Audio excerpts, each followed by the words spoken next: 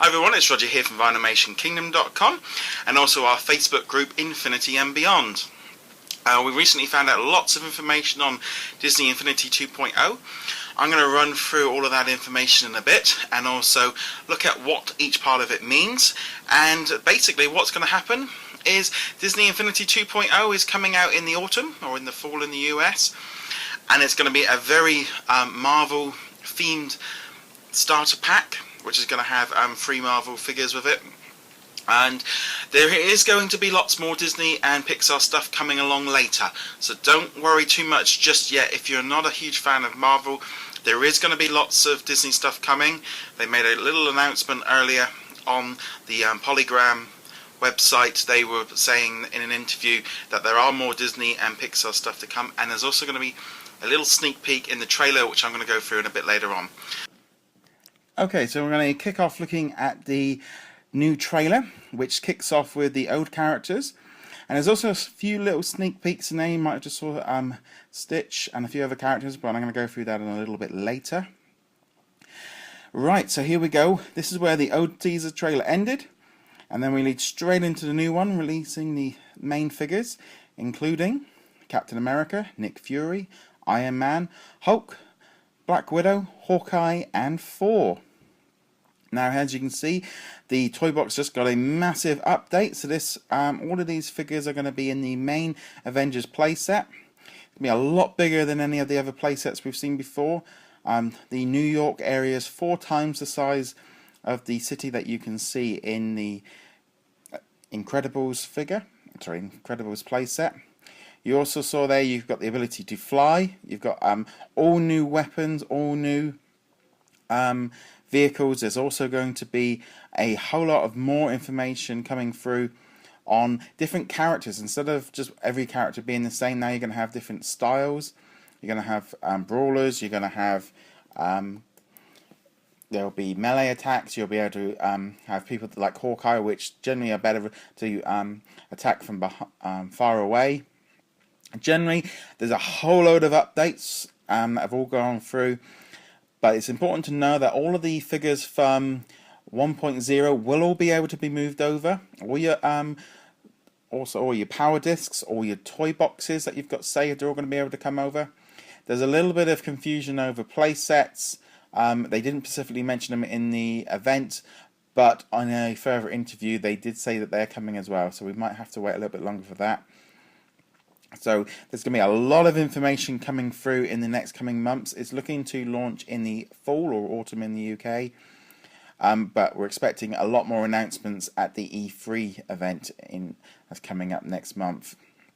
The 7 figures that we've seen will all be included as part of the Avengers playset, but it looks like all of the figures that are Marvel are going to be able to jump in between their own playsets, so you should be able to use like the Guardians and the Galaxy in the Avengers playset.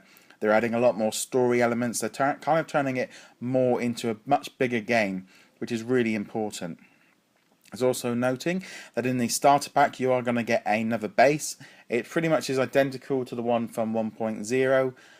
There's no word yet on if they're going to make a starter pack without the base for people that are coming over from the previous version, but my general thought on that is they probably won't because of the cost factors of making different starter packs, but we're not too sure on that yet. It's also worth noting in the starter pack there's going to be 2 new toy box discs, and these are completely brand new, and they're bringing in a different level to the toy box. Now you're going to be able to put these down, and it's essentially going to create a whole new game. There's about 2 to 4 hours of content in each of these discs. There's 2 coming in the starter pack. One is a dungeon and one is based in Asgard. And you can use the Marvel characters in these, and once you've unlocked everything, you can bring all of your characters from every single playset, etc., into them to play it. So you're going to be able to go through and do a lot to it. Other things they've done to the figures, so you're going to be able to level them all up to 20.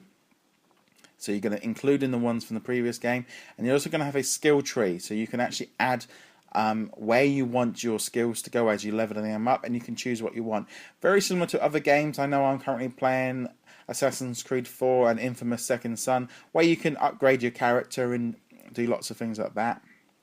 They're also introducing different costumes, so you're going to be able to put a power disc down and you're going to be able to change the colour. For example, you can change the Hulk to a grey Hulk and he'll have some different powers. They're also introducing a new power disc which you can put down and it will bring in another character, for example Iron Patriot or the Winter Soldier, to help you out.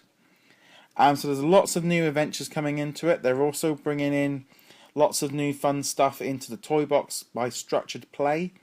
So you're going to be able to create much more advanced games. There's going to be a proper fade in and fade out. So no more just fireworks going off and that's the end of that, what you're supposed to be doing. You're going to be able to have collectors. There's going to be a lot more structured play, which I think is going to make a huge increase in how we're playing it. You know, every week we get a new Infinity toy box. And those 5 or however many they're going to give us are going to be much more like mini games, which will keep a lot more people entertained. They've also hired and are in the process of hiring some toy box artists to actually create games for them, and they will actually be paid to do it, which takes you how seriously they're doing this. They're also introducing a much more level of bringing the toy boxes much faster. You're going to have little builders that you can send in, and they will basically build stuff for you while you're doing other things. You can also create essentially a city in one foul swoop to make the toy building so much more easier. Because if it's quite hard making the toys at the moment. You know, you've got to place every single item, and people haven't quite maybe got the time or the patience to do it. So they're really trying to make it easier. You can still go back and edit stuff as you need it. They're also introducing interiors into the toy box, so you can actually go in and create inside of buildings and build them. And it looks like there's going to be a home. We're not too sure if this is going to be a replacement for the Hall of Heroes, but you can go in there and you can have all your objects that you've unlocked, and you can completely customize your home to be whatever you like. Much like a lot of other games where you have a home where you can save all your little trophies, and so it should be a lot more different. And generally, to me, they've really improved the overall toy box. It's going to make a huge difference. It's going to be a lot more playable. And, you know, because I think with the toy box at the minute, you either have people that love building stuff, or if you're like myself, I go in, I do the new toy box, and if I don't know what I'm doing straight away, I pretty much come straight out of it. But I'm hoping this structured play will make it a lot more playable. On to now some sneak peeks that we saw in the trailer of some new characters coming along that they didn't announce. They're going to be announcing some more at E3. And even Disney have said in an interview the following day that there are going to be Disney and Pixar stuff coming out for Disney Infinity 2.0. So if you're not a big Marvel fan, there is stuff coming along. In the trailer at the beginning, if you look really closely, you will actually see Stitch climbing up the wall. So he could be a playable character. There's also a Maleficent, which ties into the new movie, but I think it looks like it's based on the old character. And also you can see Meredith and Brave on the ship. You have to look really close to. I've kind of zoomed in there and sort of circled them so you can see them. So that could show 3 different figures that are coming out of Disney. And on the Marvel side, we see a very quick glimpse of 2 of the characters from the Guardians of the Galaxy. So there looks to be a Guardians of the Galaxy playset, and that will probably come with 5 figures. Now, they did say in the event that there's going to be 20 Marvel figures. So if you take in the 7 or 8 figures that we already know of that are in there, plus the Guardians of the Galaxy, and then we've got the next one, which is Spider-Man, and it looks to be the Green Goblin. Now, if you chuck in Loki as well, that we've seen here, you can really see that they're really maxing it out.